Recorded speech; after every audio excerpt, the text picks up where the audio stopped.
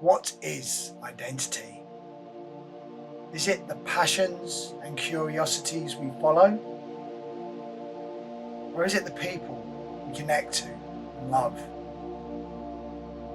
Is it the history we share? Or could it be the values we are taught? Join me, and through performance and discussion, we learn to embrace our identities.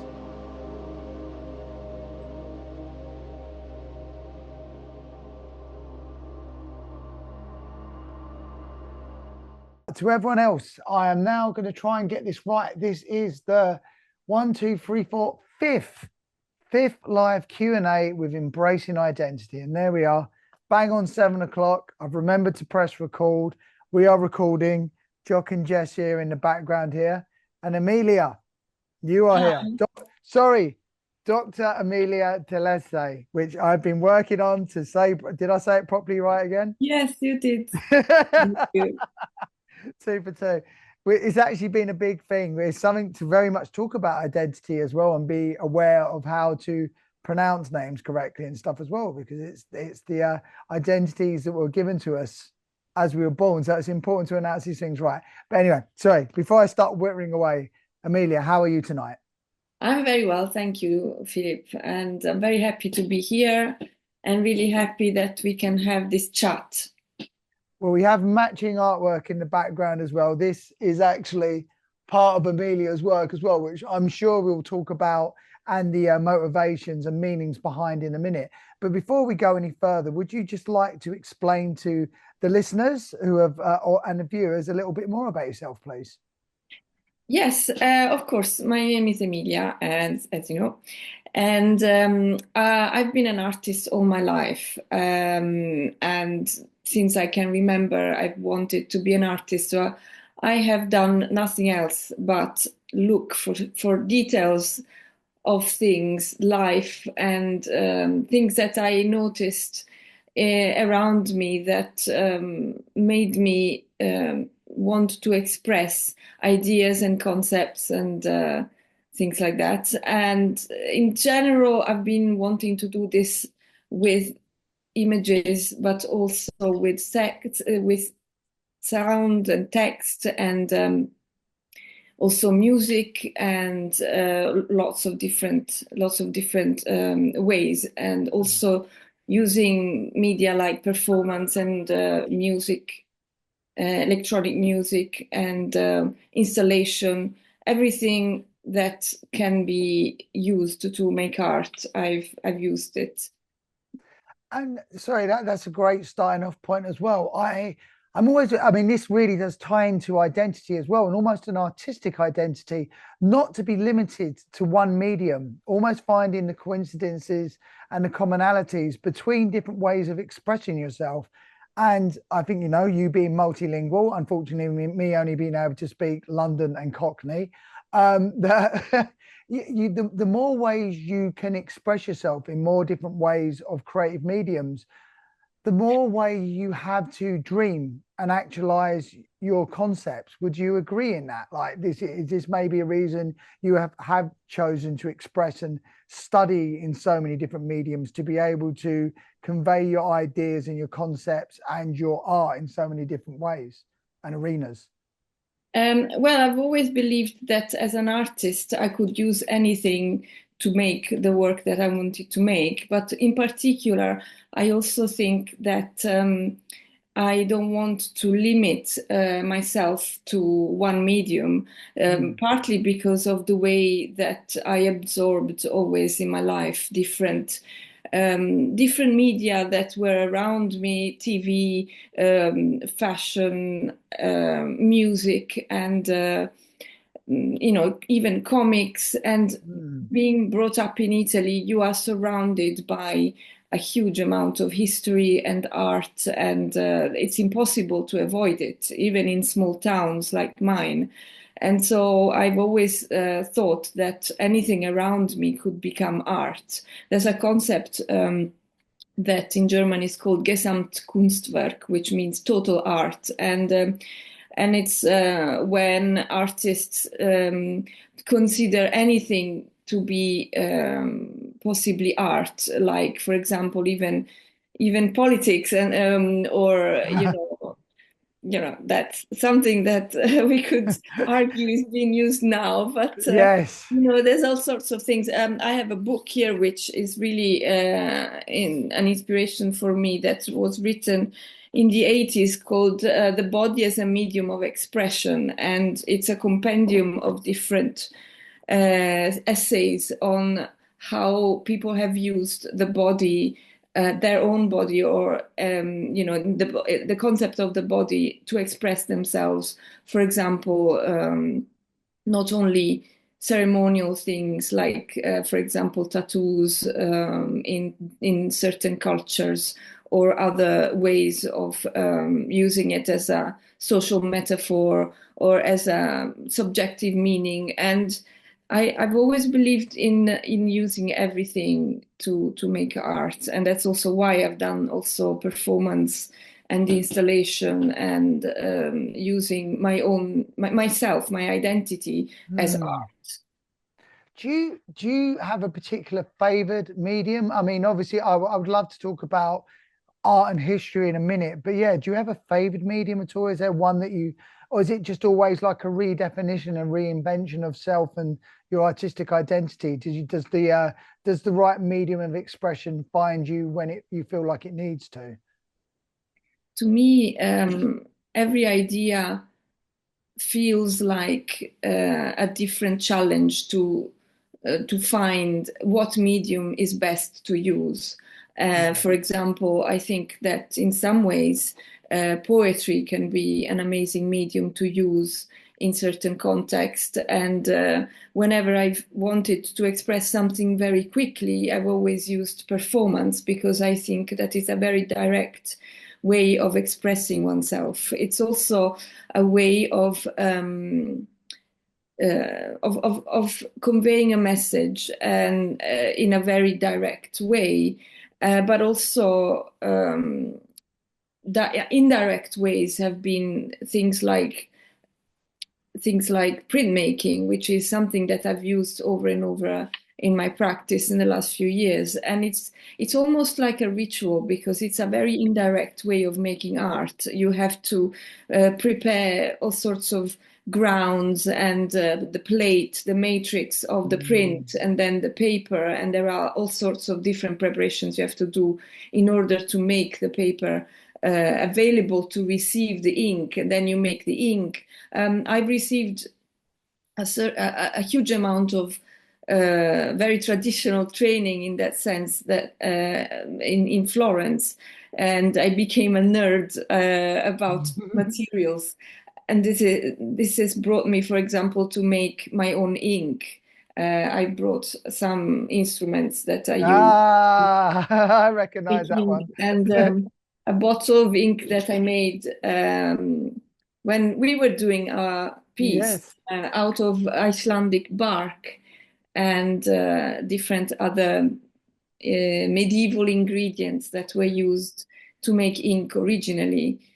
So I very much enjoy the different preparations that you have to do to express a meaning. And for example, so now printmaking and performance have been my primary means of expressing my ideas, because it's all about ideas in general. Hmm. Everything that I do is about expressing the ideas that interest me. I think there's something so interesting what you said there as well about going back to having systems, for instance, with printmaking, that you have to prepare the ingredients and then there is something in the act of the creation. By going through these stages, you then learn how to actualize an idea. And would you sort of agree that, in a sense, it's like when we learn certain disciplines as artists, then we take bits from all these different disciplines and then we get to actualize our ideas? It almost bringing it almost back into an idea of identity. You get all of these other parts of self and then you make your own true self in that moment. It's that the same way as you conceptualize and then produce a piece of art. Um, I've always thought that you have to be able to use every possible media to make ideas felt, and that's why I've never really focused on one particular medium. I've always focused on the idea first, and then used the media that I thought was best. And that's why I took great pains in my practice to be very disciplined about everything that I learned. So Mm. I learned photography using a dark room. I learned pen and ink drawing from, I have an example here of a drawing I made at the Fine Arts Academy in Florence when I was studying. It's a line by line reproduction of a drawing by by Michelangelo, and another one by Leonardo that I did recently. But this was made to have a line by line Mm. recreation of something that was done many hundreds of years ago. But it started with preparing the paper and preparing the ink, making the ink, and starting. I have one of my bamboo sticks that I made myself many years ago to use, and so to start uh, like many thousands of years ago, cave paintings and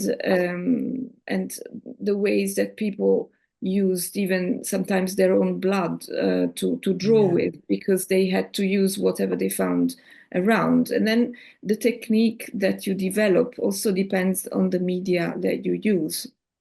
In fact, recently it was discovered that a lot of these cave paintings that were previously thought to be, just made by different kind of people, were made by women. Comparing the dimension of the hands that were made to sign these cave paintings, they discovered that a lot of them were made by women who had a very shamanic role in society, in primitive society. So to me, it's really interesting that the very first artists, so to speak, were women who, with um, their way of being considered sacred in many ways, were able to make the first proto art um, works. And I just think it's all to do with creation and to do with how you feel your ideas should live, in what way they should live.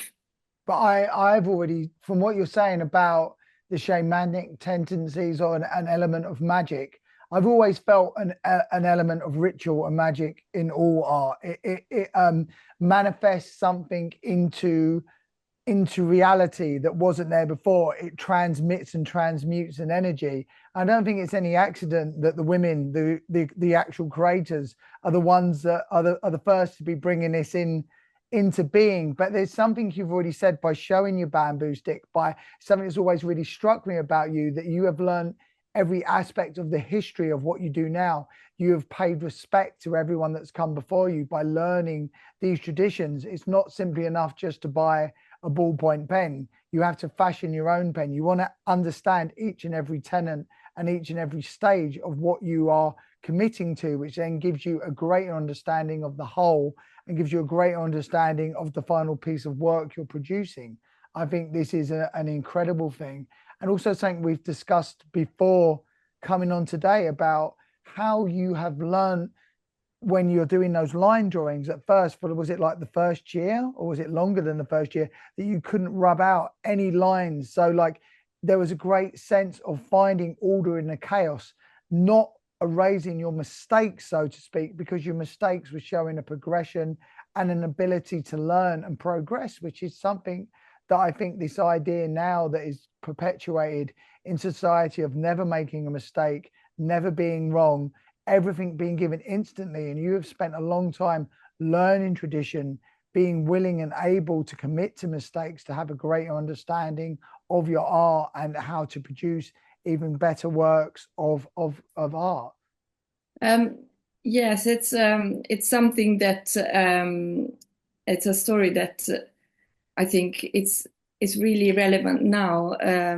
Yes, in Italian teaching of art, which is something that still happens now in most fine arts academies in Italy, but not so much in the north of Europe. There's still a lot of emphasis on technique, and one of the things that my painting tutor did when I was at art school was that in the first year we were not allowed to use any colors or even anything other than a pencil with no rubber and just a sharpener, and you had to have the mistakes there on the paper to ponder on, because Mm. if you don't realize what mistakes you've done, you cannot learn. So yes, we were basically taught to draw line drawing first, and then the second year you could start using a little bit of color,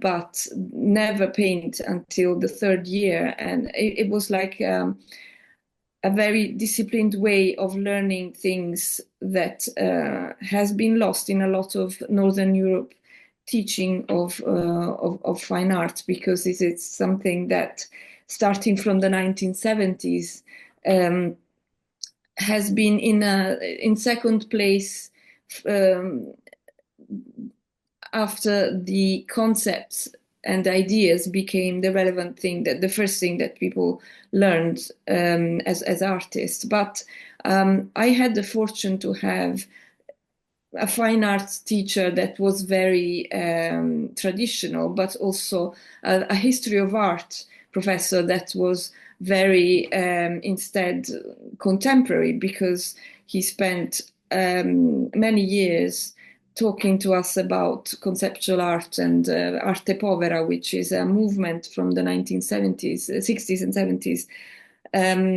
headed by artists like Michelangelo Pistoletto, who used everyday objects to make art. And Mm. one of the things that they did was also to make the everyday sacred, and elevate it to meaning, and elevate it to art. So that's one of the things that has inspired me, for example, to make art out of everyday life materials, as well as traditional materials like painting and drawing.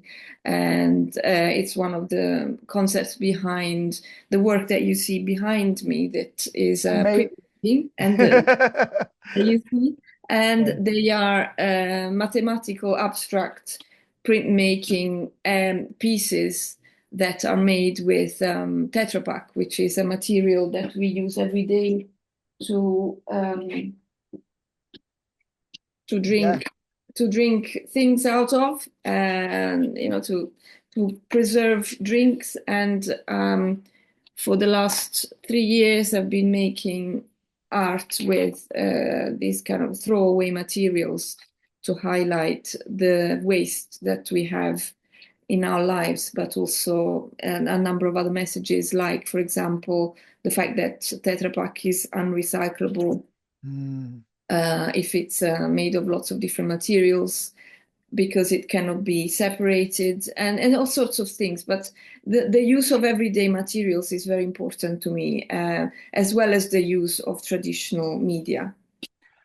And something you've said there that really resonated me about bringing the everyday into the consciousness. I think, and you could get me if I'm wrong on this, but art for me, a lot of the time when we're in today's society where we're often inundated with so many stimulations, so many different ways of consuming content, so much new content being deluged at us, art, performance art, or like I say, just staring at a picture harmonizes, brings everything down, cuts down the background clutter to a singular point so we can actually be focused and present and being in a sense of being.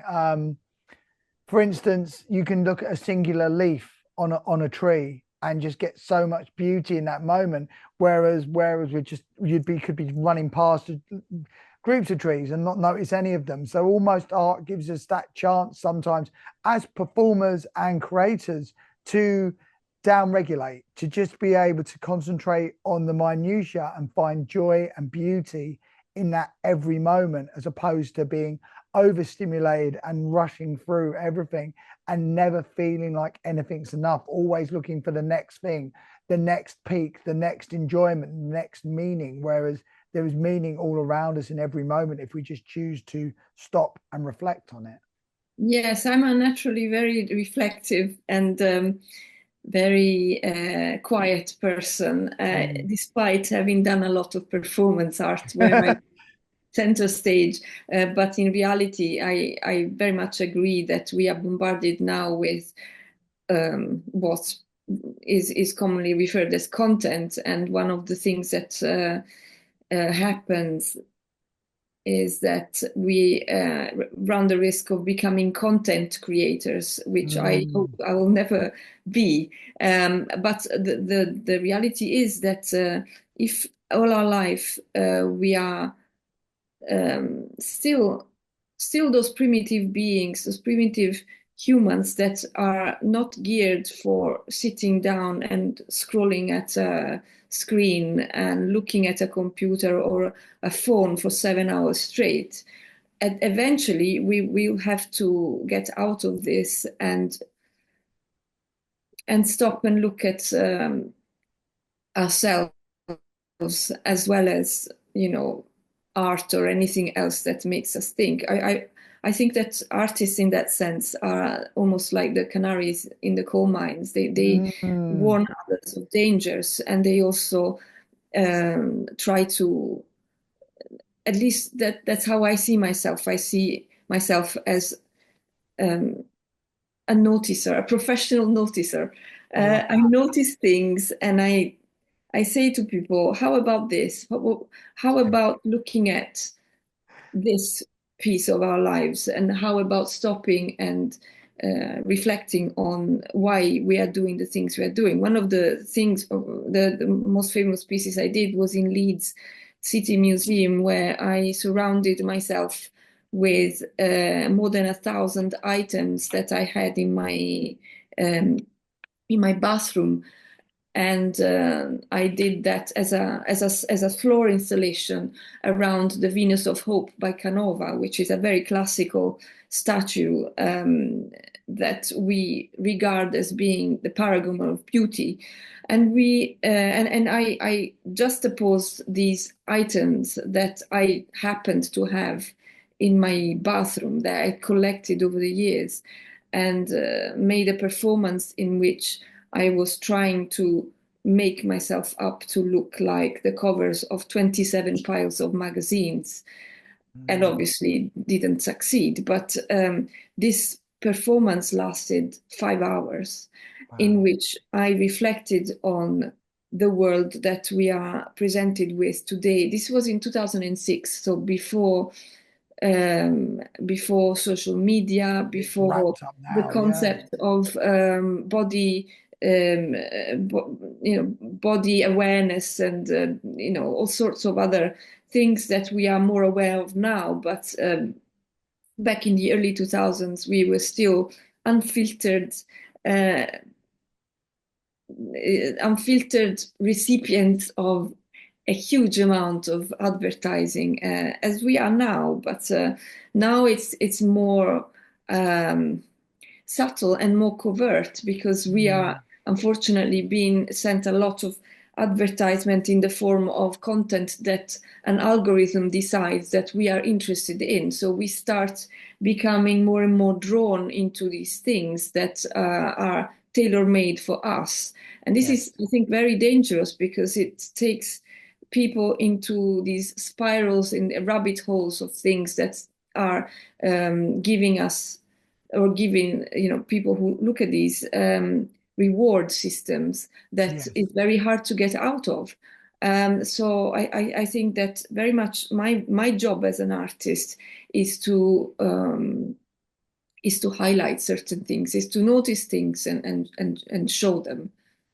It's so interesting because I don't think we've spoken in person and in messages and stuff for so long now, but I don't think you've ever described yourself as a professional noticer before, and having that thing to get the audience to ask questions. But it's something I completely agree with and identify with myself. But I've never heard it explained like that before, and it's such a wonderful way of putting it. So yeah, thank you for that. That's a lovely way of like saying, yeah, notice this. And I think even if we hark back to what you spoke to earlier on about the original cave painters who would maybe just blow paint around the outside of their hand just to make an imprint, to go, I was here, notice this, remember this, just to get people to stop and question, which for me, that is the point of all art, is to create, even if it doesn't matter what level it's on, if it's a film or music or whatever, it can create that entertainment. It can be entertaining, but there should be always that ability to, underneath in the subtext or whatever, or even in the foreground, to just start to create those questions, to create that interest and that curiosity that people who look at the work will then be able to follow for themselves.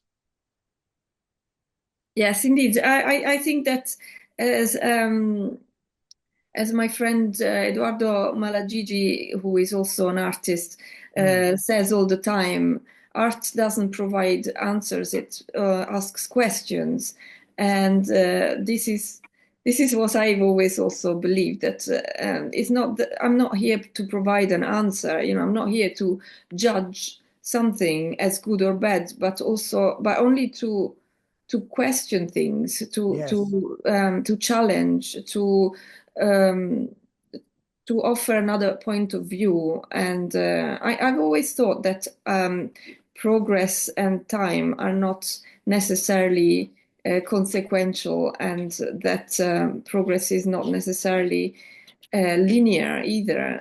That Mm. we can spend many years in life and not go forward in how we progress understanding it.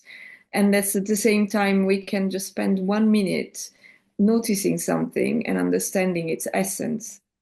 Mm. That's a beautiful way of putting it. I had it described to me a little while ago that we're all spiraling upwards. So we might pass the same point over and over again and feel like we've got nowhere, but there is always a gentle ascendance into another understanding. It just, sometimes it doesn't feel like we're just passing the same point over and over again, but we are actually, there is some form of progression. But it's something I say to everyone when undertaking physical training as well. Like when people expect it just to, they start on day one and then by day 90 they'll be where they need to be. And I'm like, progression is never linear. There'll be peaks and valleys, and you can't attach yourself to the end point too much. It's more about just being in the act of being, in the act of doing, on the journey, that should be providing you with that sense of, I don't know, that sense of progression in a way, or that sense of manifestation that you are at least moving on a pathway. Yes, and I think that that was also what was happening when we started working together, Mm. and we created this piece that we're going to talk about, Yeah, I was going to say, foreign I think it might be object. time to get onto that about now. Yeah.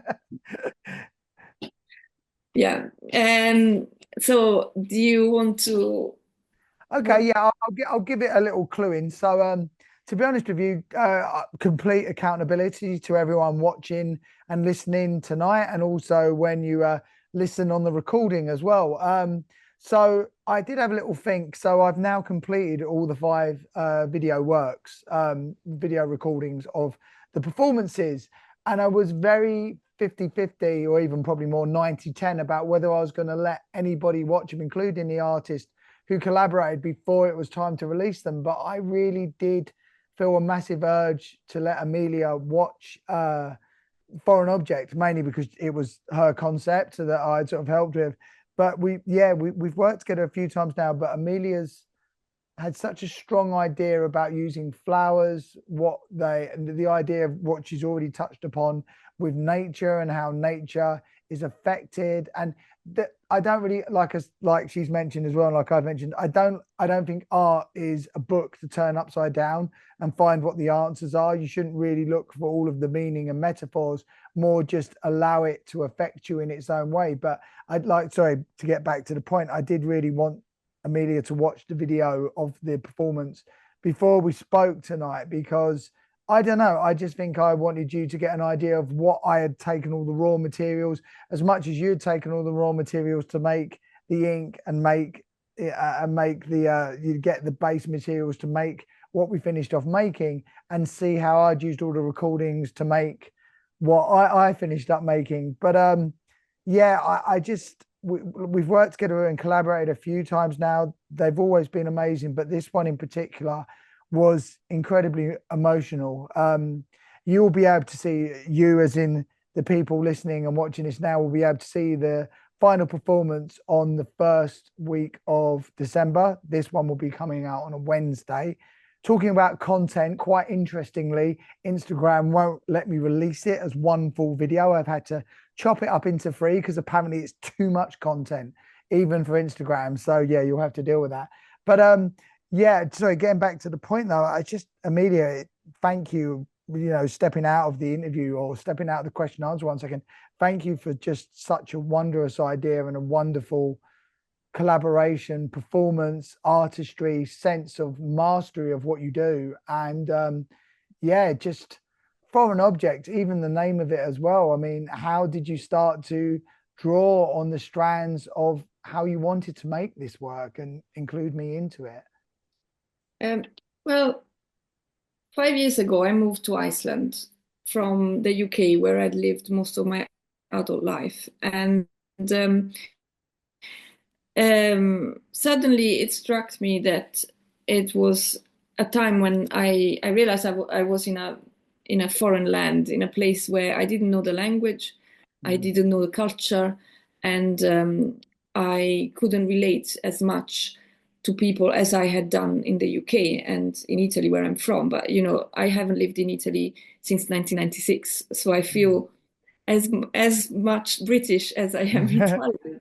But but there is this flower in Iceland called the lupin, which is actually an Alaskan flower that was introduced in the 1940s to improve the quality of the soil, of Mm. Icelandic soil. Iceland is a country that is very much depleted of its forests and plants, that has been progressively depleted of its flora since it was colonized in just before the year 1000. And in order to introduce a plant that would improve the quality of the soil, with eventually the idea of getting more plants and more trees in Iceland. An Icelandic botanist introduced this plant called the lupin, Alaskan lupin, to the country.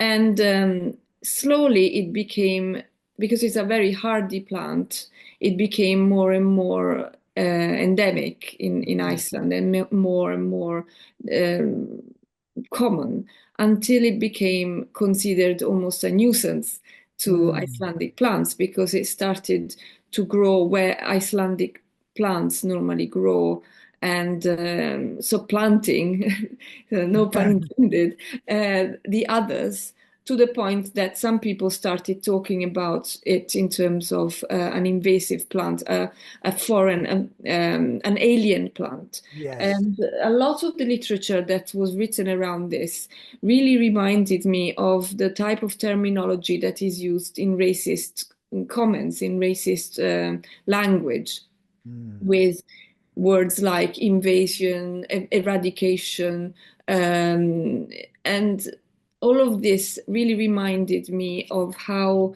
immigrants feel when they go to a different country. And although they bring a lot of ideas and ways of being and different culture, they can also be subject to discrimination and different and othering, the idea Yeah. of othering.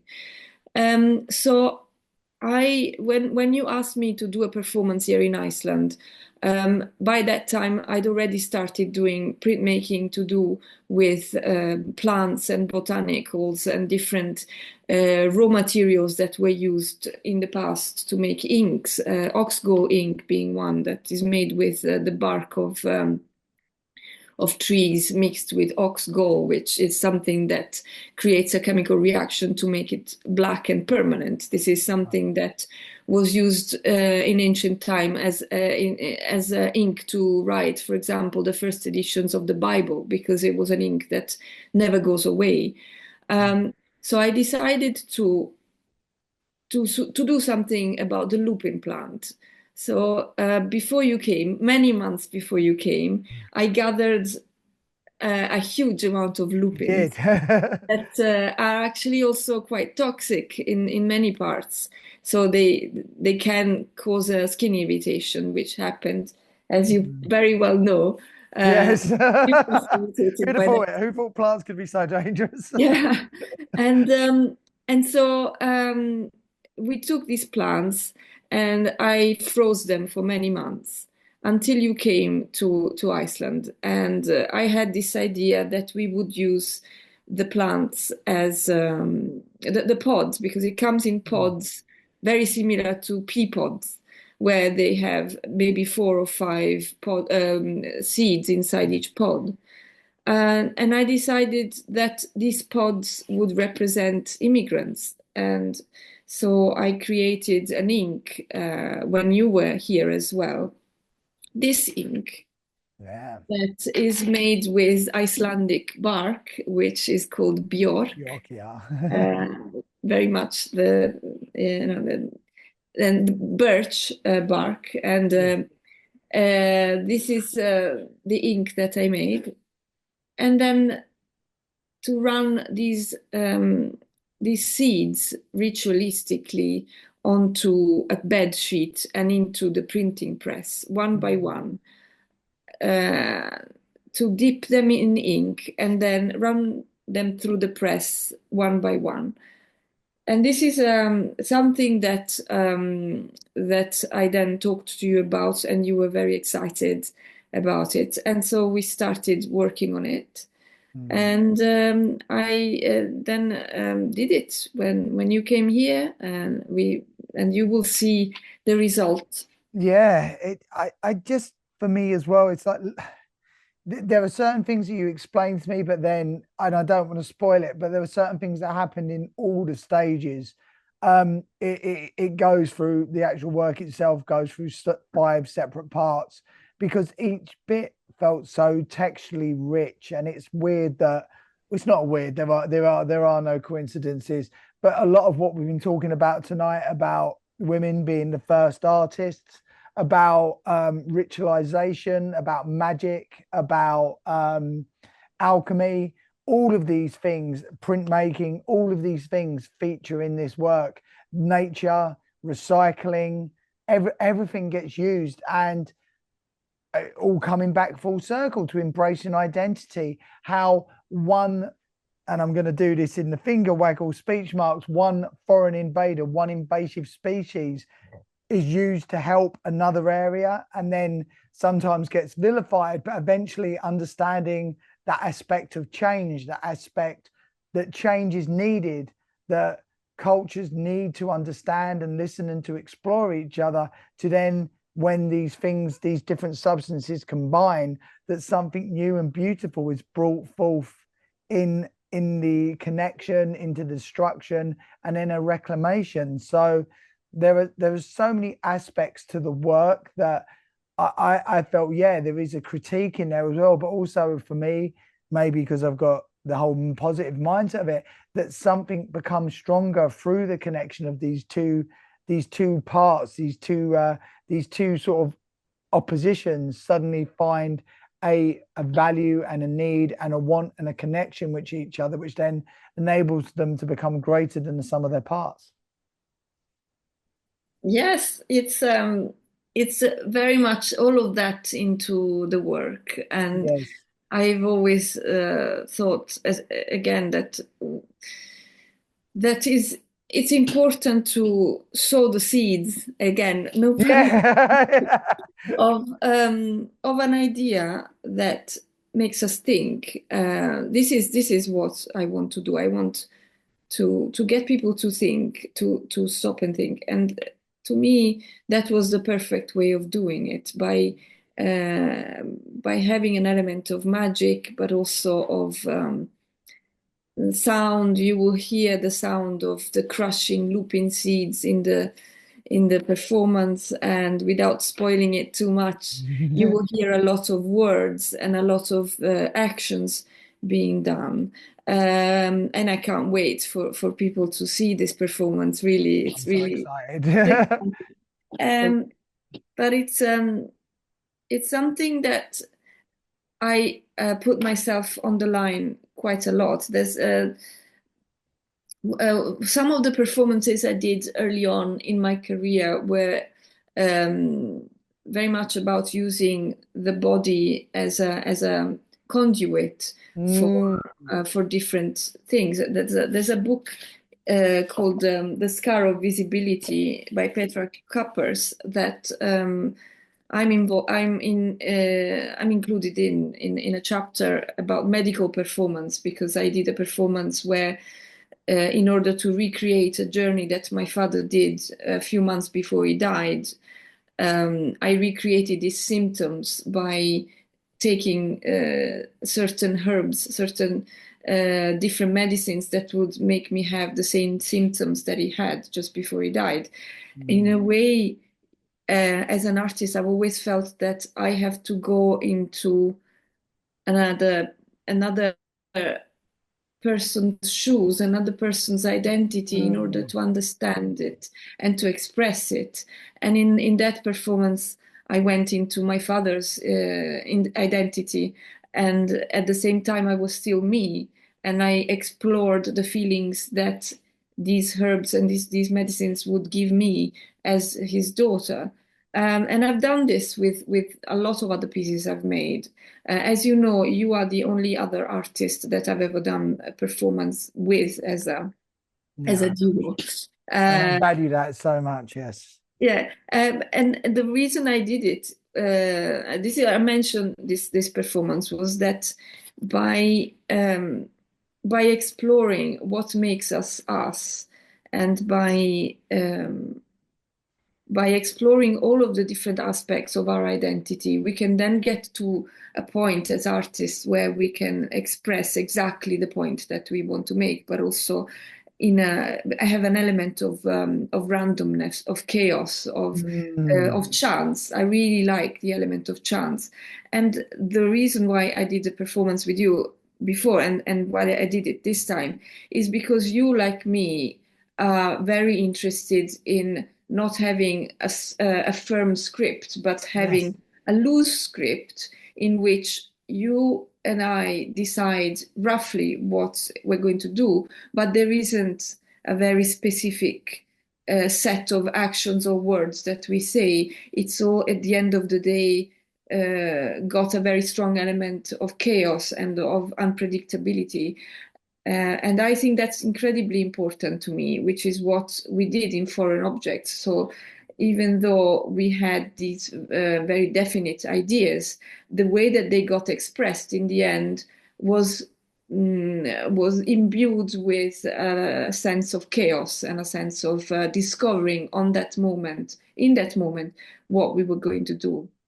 I completely agree. And I find in a way, and I'd love to know if you feel the same, like I have the inspiration, but I don't know if I'm actually having that inspiration myself or if the inspiration is finding me.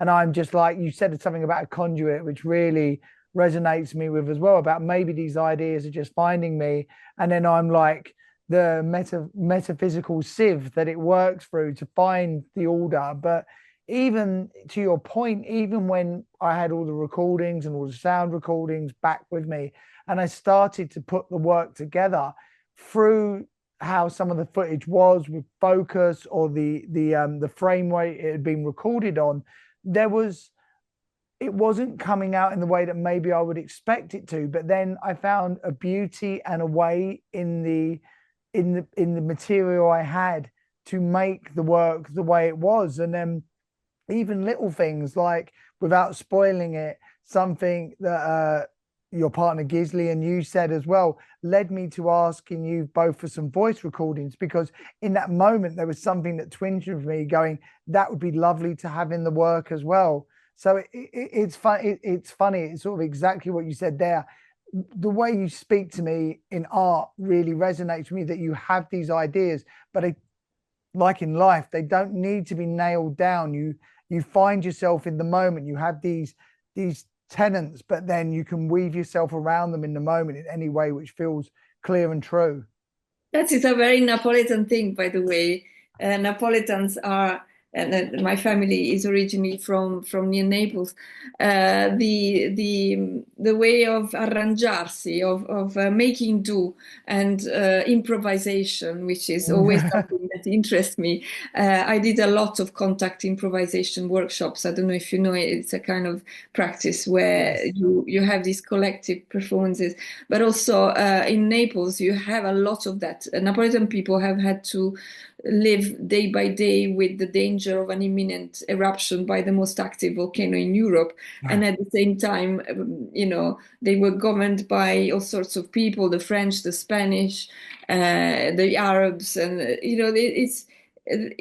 the Greeks. It's one of the most ancient cities, if not the most ancient in Europe. And to me, the essence of being Napolitan is very much a performance, very much a performance where you have this basic idea, and then you run with it on the moment, in the moment, and that's what I love about that. So yeah, very much so. It's a Napolitan performance. Living by a giant volcano, you couldn't give yourself much more over to chaos than that.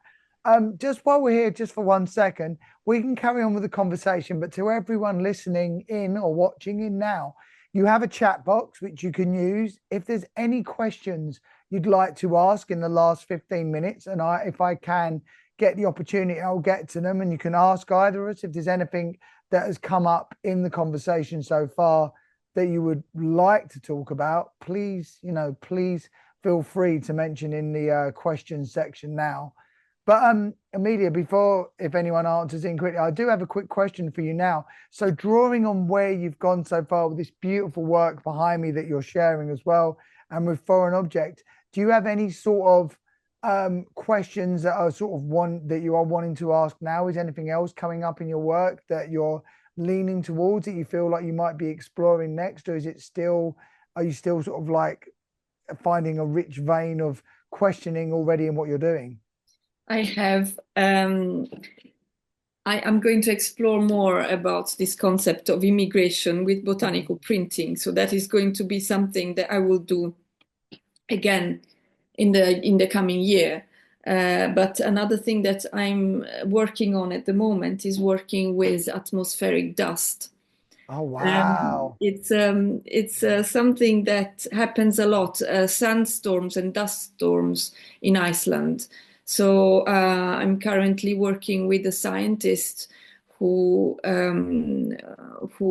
is a sandstorm and dust storm researcher, and I'm going to make artwork with this, with the idea of storms and sand and dust. Oh wow. That sounds absolutely incredible. And I'm now intrigued. My next question, which maybe you don't have to answer now, but what sort of dust and stuff you'd be using? Because there's something so interesting in the types of materials you'd use from there as well.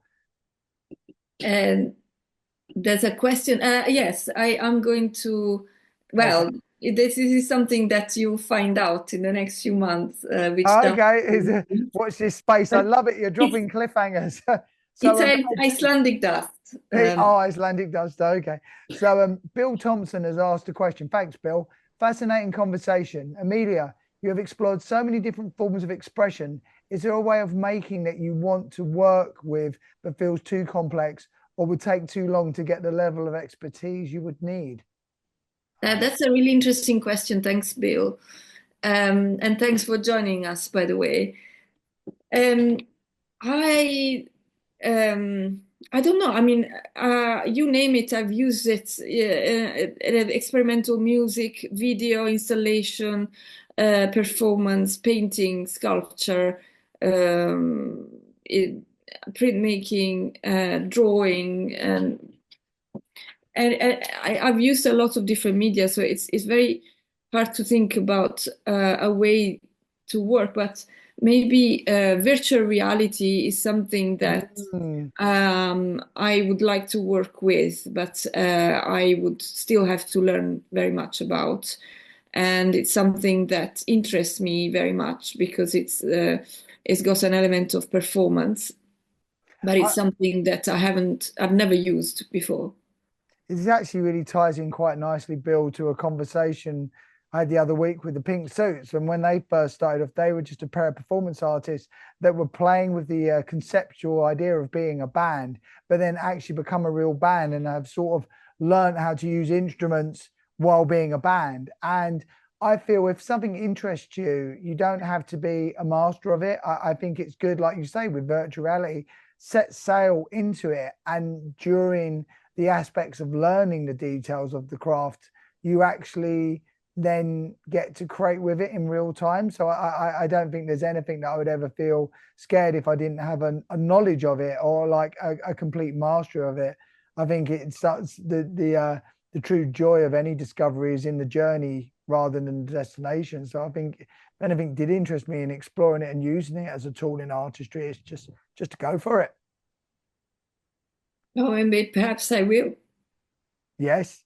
Yeah, I mean, virtual reality and stuff as well, and the way technology is going now as well, to create different different environments, different whole different worlds. I think it's going to be, and as the technology increases, I'm for one, I'm not really scared of it. I think it will just give us like anything from the cave paintings to the written word to a portrait to a moving picture, whichever way it's just another way of expression. It's another language of harmonious creation, which we can use to express ideas and ask questions and explore curiosity. So I think I'm all for I, it. rem Keep exploring. I remember a long time ago, Bill, you probably remember this. I did a piece of work with Max MSP, which was a software that allowed you to make all sorts of responsive technology.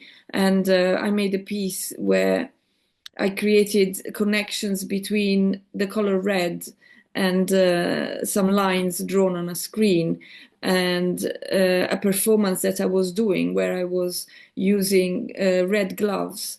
The software followed all of the movements I would do with the red gloves, and the movement would become lines drawn on a screen behind me.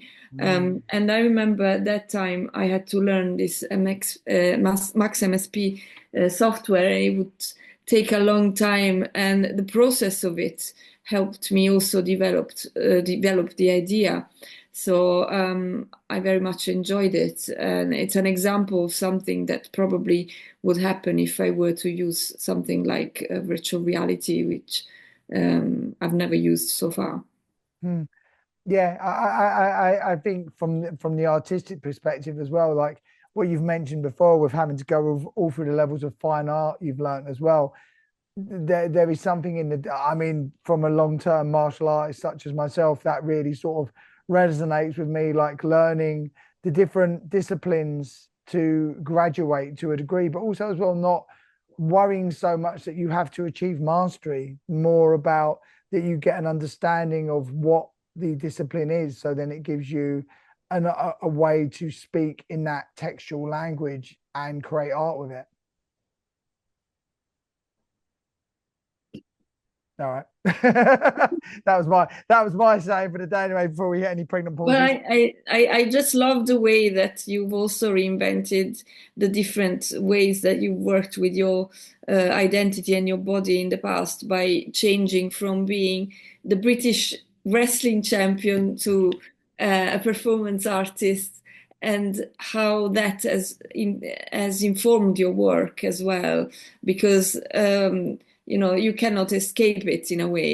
You Mm. have to deal with the fact that you have done something like that also in your life, and it's something that has informed your art practice. And so I think that uh, without putting us all constantly in the pigeonholes of being one or another thing, Yes. is always good to be undefined and to be indefinable and undefinable, and to not have to forcibly put ourselves in a box, because that's not something that I'm interested in. I don't want to be in a box. Even Mm. the idea of artist, I think, you know, that's why I keep changing media, I change posts all the time. And I like to not have to define is exactly who I am and what I do, because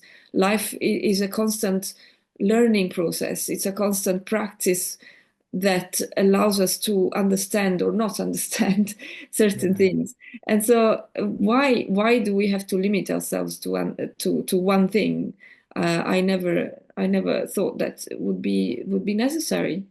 I completely agree. And I think there is such, I think maybe that's why I know why it's a big reason I'm attracted to art and performance art, because there is a ephemeral nature about it, that it only exists in the moment and it transmutes and becomes something else. Like it's as much in the viewer and what they perceive it to be as it is in the creator and what their intent is. And it changes, like you say, in a moment. And if it's true of the art, then sure, it's true of the audience and true of the creator as well, that we are in this constant state of flux. I would never, and this is something I've seen in you as well, never to be not understanding or aware or trying to blank out previous identities or background, but encompass them, but also understand that it denies classification, and almost seemingly in a world now that tries to divide, that tries to categorize you either left or right or this box or that box, or you can only be yes or no. Ultimately, in every given moment, in every given situation, we can be everything and all things. And it's really, for me, more seeking those connections and asking those questions and finding the joy in collaboration, as I've done with you, rather than trying to put up barriers and defenses and getting rid of the foreign objects. Do you see what I did there? That that real stops that idea of true art, worldwide manifestation and creation of self, that is constantly about reinvention, sorry, rather than denying and restricting and constraining. But there are artists who work in all sorts of ways. There are also lots of artists that that want to make specifically just for its art for its sake, you know, Mm. without having necessarily a social meaning or anything like that. I've always believed that any art is political. Even just the fact of being an artist is political, Yes. because we've made a choice of living a life that is very, very difficult and not necessarily tied to commercial success, Mm. but is very much tied to choosing to not be in a box, and that's what ultimately I feel I am. Yeah, no, I completely agree, but it's one of those things as well. It's like being aware and understanding enough with no sense of ego to understand a true calling, and understanding that you have to be this conduit or be this messenger or understand these influences and act on them, because it is your true lifeblood and sense of self. If you didn't, it would be yeah, unbelievable. Like, as much as that first woman that sprayed whatever around her hand to mark it on the side of a cave, not to do that, not to bring that into being and see that in this world, was a greater threat than anything. So it needed to be done. As much as you saw the lupins and decided that this needed to become a thing, and I'm so grateful for it, what we've what you thought of and then what we've brought into being together. It's been an amazing journey and one that I'm sure we're going to continue on with as well. Yes, I'm sure that it will be a brilliant work that everyone will enjoy, I hope, and they will. Yeah. So Um, sorry, go on. Sorry. no, no, this is fine. It. I was going to say, so yeah, for everyone that work, if you, it's going to be in two places. It's going to premiere at 6 p.m. on Wednesday, the 4th of December. If you watch on Instagram, it comes up in three chunks. Not a bad thing, but it's just sweet. If you watch it on YouTube, it's the full high quality version, uninterrupted, works perfectly. Already checked it out, looks fantastic if I do say so myself. So there's going to be two ways to view it. As it gets closer to the day, I'll start dropping trailers and stuff so you'll know when it's coming up. So please be aware of that. In terms of the next Q&A, it is going to be on the 20th of November with Wahid Yassin, who is the noise artist and sound artist who helped with my last piece of work, a soft call for attention. And also, we've made another piece together called Chrysalis, which is another one of the art pieces, and they'll be coming out on various days at the beginning of December as well. So it's all go. But like I say, as much as Foreign Object is here now, and I'm so excited for everyone to see it and so proud of it as well, and so thankful that me and Emilia have met to make it. I know that there are other things resonating and moving forward now, and then yeah, there's going to be greater questions asked. And even away from me, I can't wait to see what you do with this magical Icelandic dust. So, Emilia, thank you so much for your time. I would just like now, is there anywhere where people can follow you and anywhere that they can see your work? And is there any exhibitions coming up you'd like to tell everyone about? I have a piece of work at the moment at the Bankside Gallery in London. That is one of my large etchings from the International Original Print Exhibition at the Royal Society of Painted Printmakers, and it's on until I believe the 17th of November. And then people can follow me on emiliatelese.studio on Instagram and Emilia Fontelese on Facebook. Brilliant. So this is and I will also announce more exhibitions as they come up, and you can also join a mailing list and by sending me a message on my Instagram profile. So Brilliant. thank you so much, Philip. It's No, been thank you. great That'll all to. be in the show notes as well. So if you didn't catch all that, have a look in the show notes now. All those links and stuff will be there. Emilia, thank you so much. It's been absolutely incredible as always. And I love the fact we've known each other for so long. And still, I found out a new thing about you today. So I'm so proud and I'm so honored that you chose to spend this time with me tonight. And the same goes Likewise. for all, oh, thank you so much. And the same goes for all you as well. Thank you for listening in live and stuff tonight. I really appreciate everyone. And hopefully I'll see you in the next one. But until the next one, thank you so much. Emilia, thank you so much. All the pleasure, all the best wishes to you. And Thank you, and you. I'll see you soon. Bye now. Big love, everyone. Bye. Bye.